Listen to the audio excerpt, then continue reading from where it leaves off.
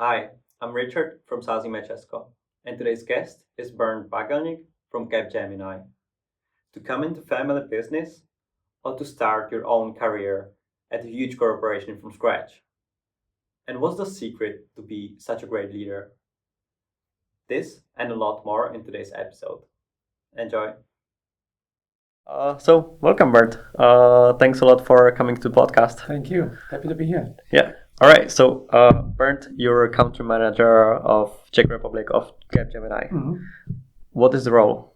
How can I imagine? What do you do basically? What do I do? Good question. A lot of things. I will answer in a different way. Mm-hmm. Capgemini Czech Republic exists for more than 20 years already. Yeah. The origin of the company here in Czech Republic was a local IT service organization specialized on servicing banking clients and also building applications for them. Okay. Yeah. And this was quite good business for quite some time. Mm-hmm. But the times are changing, and we need to adopt to new business models. Yeah. And therefore, I've been asked by the regional management of Capgemini to take care about the Czech Republic and to help the Czech organization to better leverage the knowledge that we have in the group. Capgemini is 340,000 people globally, so quite big organization. We are the largest IT and consulting and outsourcing provider with European origin, so we're the largest European company in that space. Okay. Yeah, one American is larger than us, one Indian is larger than us. We're the largest European one. Yeah. And of course, it makes sense to leverage this knowledge, the experience, the know-how that we have in ideally in all the countries. Yeah. This was not the case in Czech Republic until 9 months ago, and my job here is now to help the Czech organization to use that. Yeah. They were kind of, under quotes, isolated, doing good business, no discussion about that, but not growing and not leveraging the group knowledge that we have. So this is my mission, I would say. Yes, and besides that, I would say, like any general manager, managing people, managing clients, managing projects, doing sales. So everything comes together under quotes. Nice. Meeting the managing directors of our clients, establishing the network, keeping the relationship, and guiding the people a bit. Yeah. A bit. That's nicely put. Yeah. All right. So okay. So you came in as a country manager 9 months ago. Then, so how is it going so far? And basically, what's your goal right now for this year? Let's say, or how can you improve the business here in Czech Republic compared to what it used to be? Before you came in. Yeah. The goal is definitely to broaden our client base. We were focusing on banking, almost only on banking. Oh, okay. So also targeting other sectors. Of course, it's important to be represented in the manufacturing area. Yeah. Manufacturing is a big sector for the Czech Republic. We are basically nowhere. Yeah? So this is a green field for us. On the other hand, there is of course a lot of competition, and it's about fighting against the others and being more competitive, and especially bringing what I mentioned earlier, the international experience and building also new skills in the Czech organization that you need to be successful in that area, because you cannot only do the business with international guys. Of course, you need the local presence, you need the local language, you need to understand the local culture, and this is of course something that can only be provided by local people. So my mission is to open up these new sectors with the help of international consultants and IT specialists, and growing the skill set of the local organization, so that with the help of the international colleagues, we can do business here in Czech Republic in new areas, in new fields that we did not touch so far. Okay, so so how do you approach it right now? Because so your goal is to basically target other. You said manufacturing, for example. How do you get into that? Because it's a completely different field than from let's say banking, as you mentioned earlier. Yeah. So how do you adapt that change? Yeah. One way of doing this is to approach in a first step international clients. Let's say Czech subsidiaries of international clients. Yeah. Capgemini is a big organization. Many leading companies are our clients, and then we can approach those clients with the background, with the international background of our organization, with their headquarters in France or in Germany or in the Netherlands or wherever. Yeah, and this is definitely a lever that we are using. Yeah, and that we will expand that. In those cases where there is a client relationship already existing, on a let's say international basis. There is always a kind of it's easier to approach a client. Hey, I'm from Capgemini. I know you work for the headquarters in in Berlin. Let's have a meeting. Let's discuss how we potentially can help you here in the local organization as well. This is one topic. The other topic is many of our clients, our international clients, they run what we call IT hubs. In the Czech Republic. Yeah. So being a kind of software development, maintenance, support organization, servicing their international clients in their group, in their organization, and approaching them locally and find out where we potentially can help with providing resources, with doing projects for them, taking even responsibility for some of the projects and helping them to serve their international. Very nice. Okay, so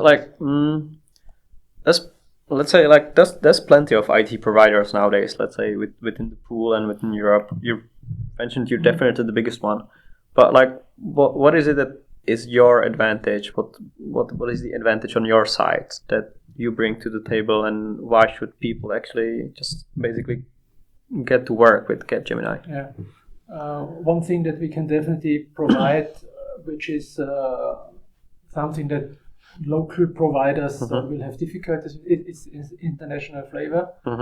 If it comes to multi-language projects, and especially when it comes to scaling the workforce.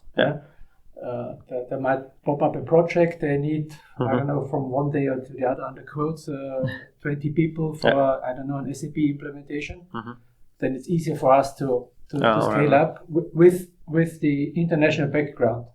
Of course, we cannot scale up 20 people on the local market. We will not be able to do that. But if the client is happy to work in English, then we have multiple options. We can either go for what we call a nearshore delivery model, so taking people from Romania or from Spain or from Portugal or from Morocco, where we have what we call global delivery centers. These are kind of IT hubs, Capgemini IT hubs, primarily serving international clients in which way, however. And then, of course, we have India. Currently, there are almost 200,000 people working for us in India, so more than 50% of Capgemini is in India. But this is a kind of new step. I sense a lot of uncertainty, and especially when it comes to GDPR topics. So there's still some doubts whether this can be done correctly. Not saying that somebody wants to do anything on purpose, but always errors and mistakes can happen. So this is then the next step of scaling. No, I would say like... And therefore we approach primarily international clients. Yeah. Because they're used to work in English, and this is basically the only way where we as a small Czech organization, we are currently around 60 people, can really take responsibility also in mid-size or larger projects, with the power of the group. No, that totally makes sense, and I think there's like the advantage about like having the support from India is that they have a lot of IT knowledge. I would say that there is like it's insane like how many people there are actually really skilled to just like support the business up here. And as you do it in English, it's and we have a long history. We as Capgemini have a long history in working with India. We do this for more than 25 years already. We started in the late 90s. So we know the culture. At least a bit. They know our culture, which is also important. And we find good ways to how to work together and how to fulfill the expectations of the other. That's really important and like really tricky, I would say, to define what are the expectations. And how to avoid wrong expectations. Exactly. Okay, as you mentioned right now, what was some of your like faux pas there, and where you or they just didn't meet the expectation? When was the culture trick where you just like didn't understand each other? I'm more than 30 years with Capgemini already, primarily being in Austria but also in Eastern European countries, the first mistake and the quotes that we made is that you have to understand that usually Indian colleagues always say yes, which basically means yes, I understood. It does not mean yes, I will deliver, or you will get the result in 1 week or in 2 weeks. So this is one of the major learnings, I would say. No, totally understand, and I think it's really good to know that, and you just have to learn that by practice, kind of learn like working with different cultures, and especially like Indian is like such a different culture from ours. If you're working with the Czechs, I would say, or Polish, it's kind of similar. You can kind of work it out, but with the Indians, like you said, it's just totally different. It's just I just remember my colleague that used to work in India said, when they came in there, he said, okay, I need 3 people for this job, and they got him 100. I was like, no, I need just 3 people, not 100. But he was like, yeah, but there's 100 people. Exactly. Amazing. All right, so how did you get into this position in Capgemini then? It was a kind of evolutionary story. I started as a software developer. I studied informatics in Vienna and started basically as a software or a very technical consultant, let's put it that way. Also doing some software development work, but helping our clients to run software development projects, also from a project management perspective. In that sense, I became project manager, later on team lead, also taking line management responsibility, so having 5, 6, 7, 8 people reporting to me, and of course coaching them in the project and helping them to develop their skills. Then I became a department lead, then grew up to 50 people in my area of responsibility, and finally in 2015 I got the chance to take the country manager role of Austria. Oh, nice. So I had already a similar role for 7 years in Austria. In 22, I started a new role within Capgemini Germany, helping the German team in the acquisition of a big project in the tax area, so public tax administration. This was completed in June 23, and I started in July 23 here in the Czech Republic. This new role. And so even like before that, did you studied IT or? Yes. Oh, okay. Yes. So you have completely like technical background basically. From an educational perspective, yes. My parents, they had a business. Oh, right. Yes, and I was quite heavily involved in the business as a student. In the summertime, instead of working somewhere, I worked in the business of my parents. It was a small business, only having a few people, a few employees. And in that sense, I learned a lot about economics and all those finance aspects. And together with my brother, who studied business administration, we developed software on a self-employed basis for smaller organizations in Austria, nice. And also picked up a little bit of. That's the amazing. economics part, so it was a mixture of education and practical experience. No, that's really, really good. And self-learning kind of. This is amazing. And I think like the advantage for the parents is that when they have kids and they have a company, they can employ them from the age of 10, 11, 12 years old basically, and you don't have to really look at the regulations, so the kids can kind of learn quite at an early stage. That's really, really cool. So like, why didn't you follow, because usually the parents, when they have a company, then they want to pass it to their kids. Like, why is it that you didn't follow that route kind of? It was a very special kind of business. They were dealing with drinks. Oh, okay. Soft drinks, mineral water. Later they took on beer as well. But it was a very small business. And they were able to make good profit out of it. Because they also produced soft drinks. So like Coke or Fanta, those type of drinks. Yes. Also from brands, well-known brands, at least in Austria, well-known brands. And when my parents came to the end and the codes of their operational business life, so 65, it turned out that all those brands, they didn't extend the license for those smaller producers to continue with the production of those drinks. And of course, there was the profit, to produce it by your own and sell it to the same price as buying from the big brand and then having a small margin. And business got tougher and tougher, and our parents were quite open to us, luckily, and they said, yes, guys, we know this business will not last for a long time anymore. You have all done good jobs at the university. Feel free to do what you like to do. No, that's really nice, actually. That's really nice that they gave you this freedom, to kind of decide. Very thankful. That's amazing. That's amazing.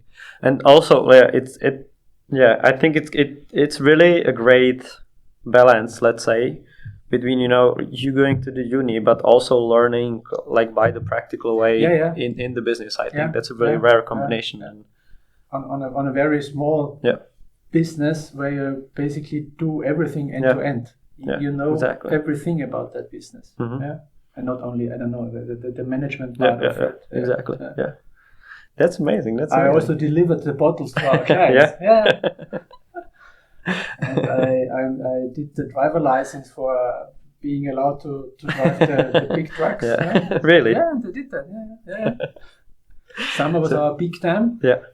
So my parents had no need to employ additional people to cover the peak time. So that's amazing. I was the one driving, loading and unloading and all this.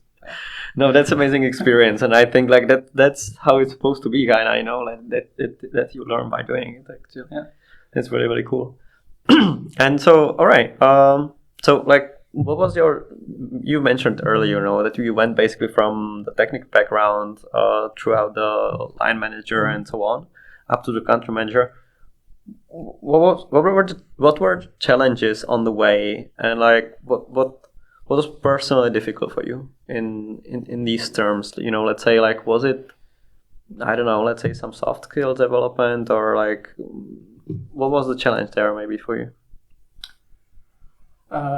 Maybe not the challenge, but more the let's say what I consider being an advantage. For me is I think I can handle people quite well, and we are in a people business. And if you are able to manage people in a way that they really see you as a leader, as somebody from whom they can learn, who has more experience than they, whom they are listening to. I think this is very important because there's a nice saying: people don't leave companies, they leave managers. So if they feel not well managed, then they leave.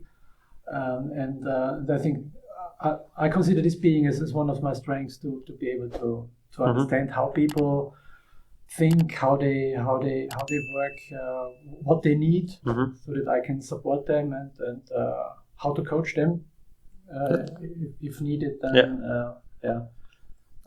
When is it that you? The same is true also for the client side. Okay.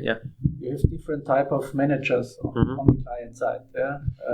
Different ways how they communicate, how they operate, how they work, what they expect from you. And it's also pretty much the same as with the people. You need to build trust, and then they will also like to work with you, or with the company that you are representing. And so when is it that you've kind of learned this, because I get it that it's along the way kind of, but like if there was a point in your career or maybe earlier in life where you just kind of learned that you can handle people, you can kind of help them and you can listen to them and manage them. I think partially it's given. So you have the talent doing that, and then it's also partially getting experience because you try different things. Some of those things work, some of those don't work. And this is the kind of learnings that you have to take. And we always had a very good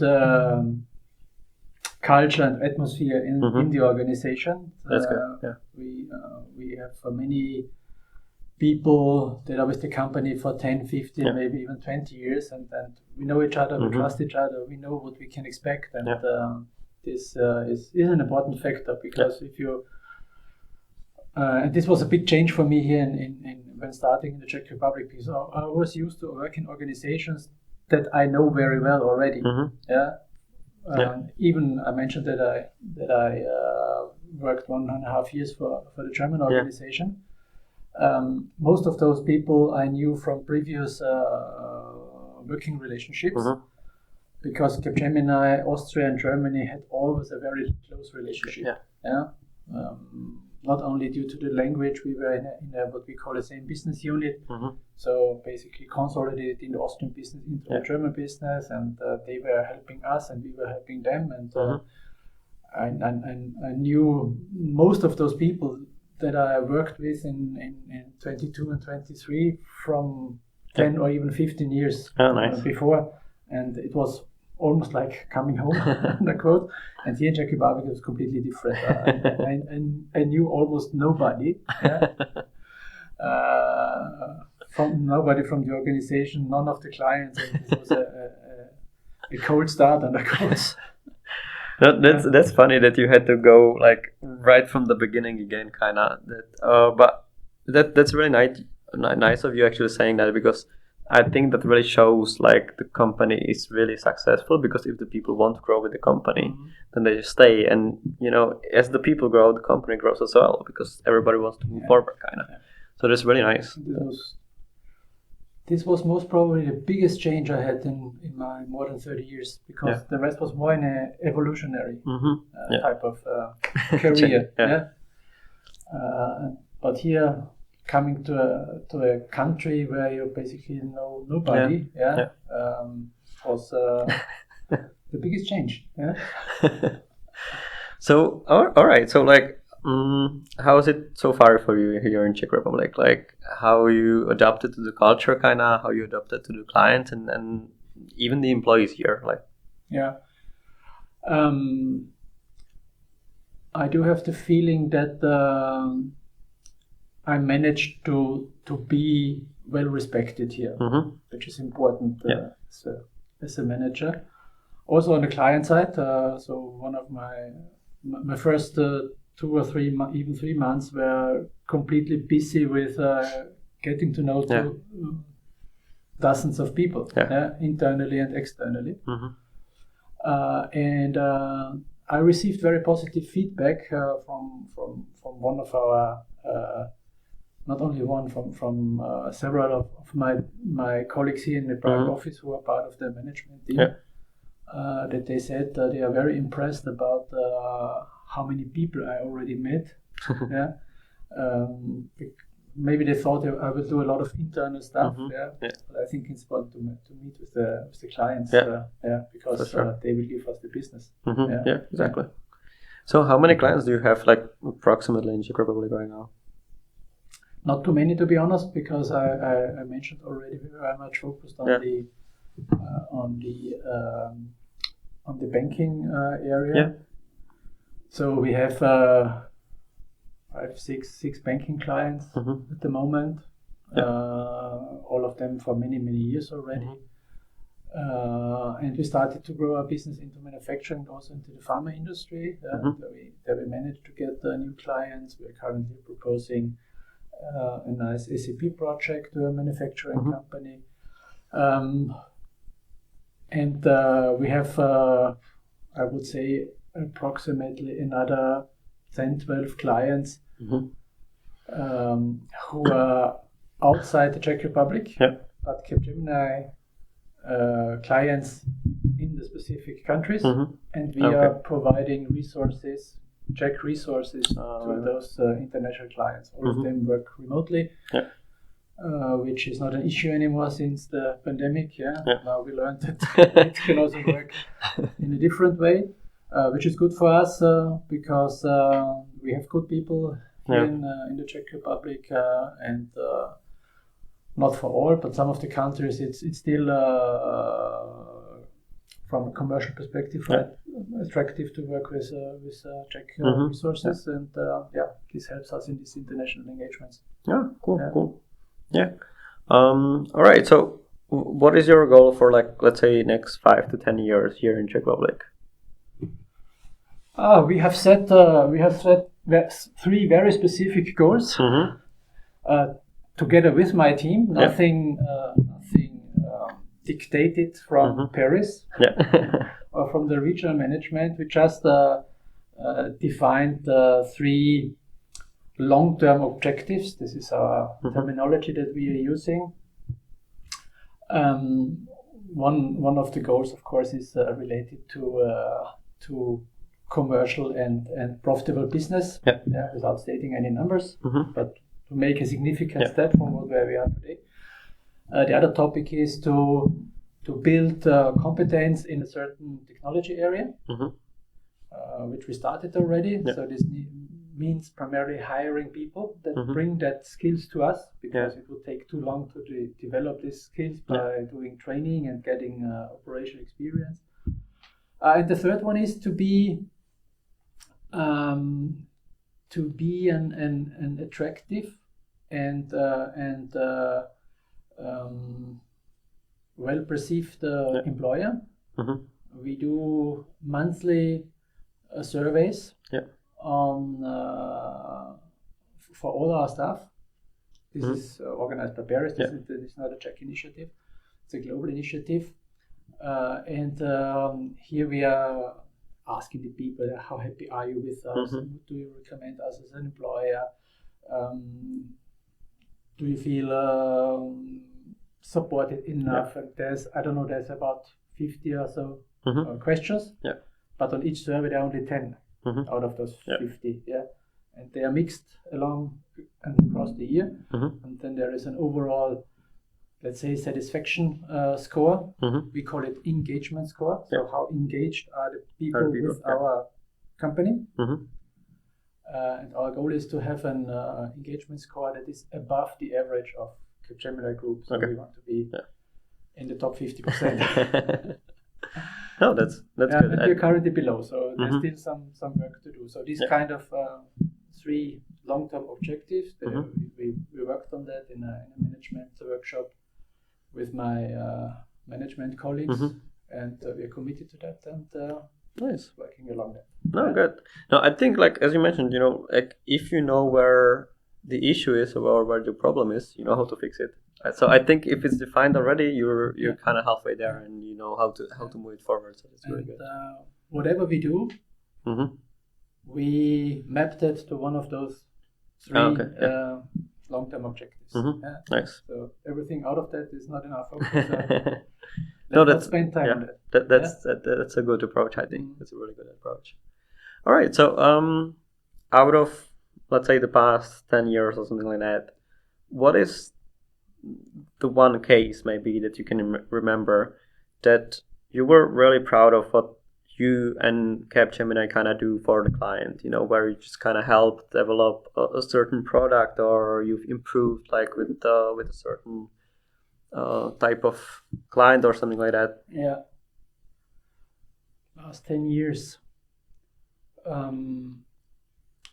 We had one very, in my role as the country manager for Austria, we had one very tricky SAP implementation for one of our largest clients, and we had really difficulties bringing business people who have the functional knowledge and the IT people together to work on a common goal. And I have to admit we had to postpone the go live because we simply didn't make it. But the client always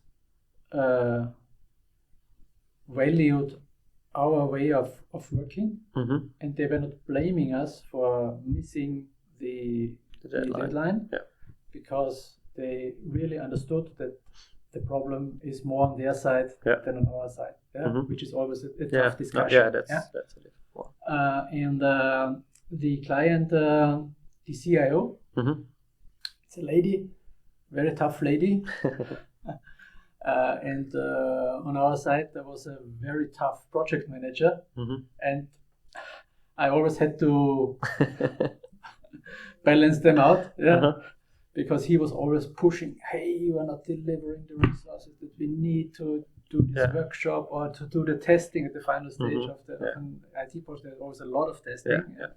You don't test properly, you don't document properly the tests. This is a very minor error, and you rate it like the whole system wouldn't work and things like that. And there was a lot of discussions and meetings required to balance that. But at the end of the day, we made it. And after having the go live, there was a big party organized by the top management, board of directors, and the responsible board member for IT said, I want to thank Capgemini for this tough project management. This was the best project we ever did. So other companies obviously failed with this difficult environment, but we managed, and this then makes you really happy. That's really nice. That's really nice. Such things. And we are still engaged with the client and doing more and more projects. Amazing. And so what is it that you think that made it successful in the end? Like, what was the factor there? Or we used to have, it's not so visible anymore on our website. We used to have a slogan which is called the collaborative business experience. So vendor and client, they have to collaborate, otherwise it will not work. And this was a very good example for that way of working. Not blaming each other, but sitting together, think about what we can improve in order to make it happen and meet the deadlines. Nice. I think that's how it kind of works in every relationship. Let's say you just have to collaborate on it and make it work together. If just one side doesn't want to cooperate, but you also need to have the understanding on the client side. Totally. Nice. That's amazing. All right. So, like, what is it for, like, as you came in today, what is it that you want to take away from this podcast?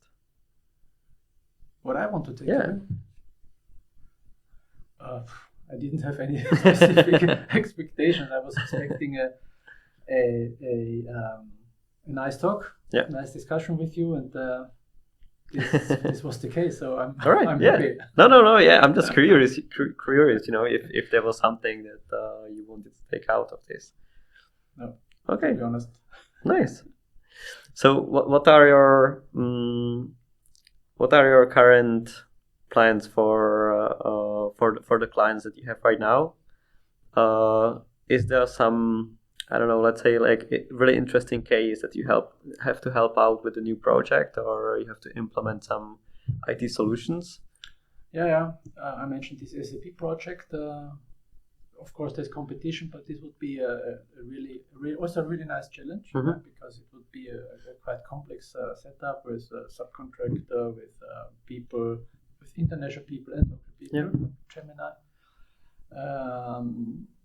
We are discussing with a banking client also a software development project in a specific area where we.